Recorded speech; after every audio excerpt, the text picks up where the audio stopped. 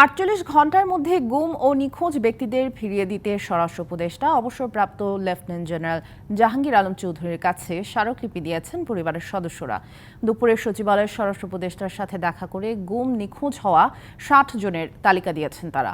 তাদের প্রধান সমন্বয়ক জানান, নিখোঁজ হওয়া প্রতিটি পরিবারকে আর্থিক সহায়তা দেওয়ার পাশাপাশি তাদেরকে একটি সনদ দিতে হবে তারা যে নিখোঁজ সেটা প্রমাণ হিসেবে। যারা এই গুমের সাথে জড়িত তাদের প্রত্যেককে বিচারের আওতায় আনার দাবি জানিয়ে প্রধান সমন্বয়ক বেল্লাল হোসেন বলেন, দেশে কোনো আয়নাঘর থাকতে পারবে না, সবগুলো প্রকাশ্যে ভেঙে ফেলতে হবে। তাদের দাবিগুলো নিয়ে উপদেষ্টা পরিষদে আলোচনা করে সিদ্ধান্ত নেওয়া হবে বলে জানান স্বরাষ্ট্র উপদেষ্টা।